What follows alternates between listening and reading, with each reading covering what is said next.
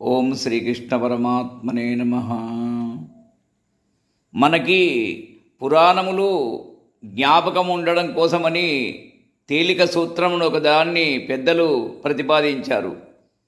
మధ్వయం భద్వయం చైవ భ్రత్రయం భచతుష్టయం అనాపలింగ కుంస్కాని పురాణాన్ని పృథక్ పృథక్. మధ్వయం అంటే మకారంతో 2 పురాణములు ప్రారంభమవుతాయి. అందులో ఒకటి మార్కండేయ పురాణము, రెండవది మత్స్య పురాణము. భద్వయం బాతో 2 పురాణములు ప్రారంభమవుతాయి. అది భాగవత పురాణము, భవిష్య పురాణము. భ్రత్రయం బ్రాతో 3 పురాణములు ప్రారంభమవుతాయి. అవి బ్రహ్మపురాణము, బ్రహ్మాండ పురాణము, బ్రహ్మవైవర్త పురాణము.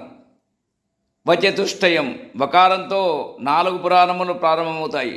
అవి వరాహ పురాణము, విష్ణు పురాణము, వామన పురాణము, వాయు పురాణము.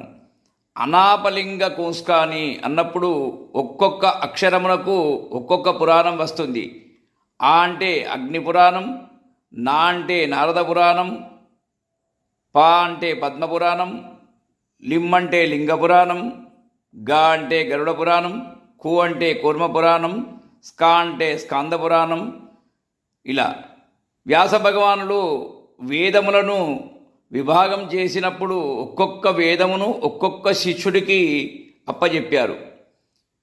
వ్యాసుడు చేసిన సేవ మన దేశమునకు అంతా ఇంత కాదు. మొట్టమొదటిదైన ఋగ్వేదమును పైలుడు అనే ఒక శిష్యుడికి పూర్ణంగా నేర్పారు. దాని శాఖలకు పైలుడు ఆధిపత్యం వహించాడు. యజుర్వేదమును వైశంపాయుడనే ఋషి తెలుసుకున్నాడు. సామవేదమును జైమిని పూర్ణంగా అవగాహన చేసుకున్నాడు. అధర్వణ వేదమును సుమంతు అనే ఋషికి తెలియజేశారు. ఈ 18 పురాణములను రోమహర్షుడు అనే ఒక మహానుభావుడికి నేర్పారు. ఆ రోమహర్షునుడి కుమారుడే సూతుడు. సూతుడు పురాణ ప్రవచనం చేస్తూ ఉంటాడు. పురాణ వాంగ్మయమును అంతటినీ కూడా ప్రవచనం చేసిన వాళ్ళు సూతుడు, రోమహర్షణుడు. అయితే ఒక భాగవతమును మాత్రం శుకబ్రహ్మ చెప్పారు. శుకబ్రహ్మ సాక్షాత్తు వేదవ్యాసుని కుమారుడు. ఆయన పుట్టుక చేతనే అపారమైన జ్ఞాన వైరాగ్యములు భక్తి కలిగినవాడు.